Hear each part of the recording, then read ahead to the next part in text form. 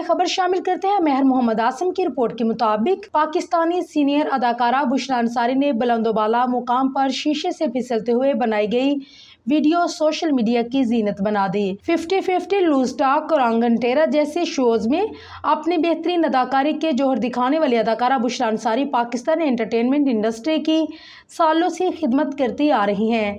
बुशरा अंसारी का किरदार साहिमा चौधरी हो या इन दिनों हर सू धूम मचाने वाले ड्रामे कभी मैं कभी तुम में गैर मुनसिफ सास का किरदार हो, हर किरदार को इस कदर हकीकत पसंदी से निभाया कि नाज़रीन तारीफ किए बगैर न रह सके।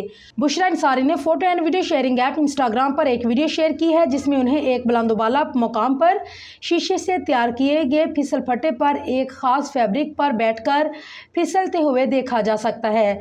वीडियो के कैप्शन में बुशरा अंसारी ने बॉलीवुड के मशहूर गीत के बोल आज मैं ऊपर आसमान नीचे लिखा, जबकि इस वीडियो पर आशा भोसले की आवाज़ में गाया गया गीत जवानी जाने मन लगाया गया।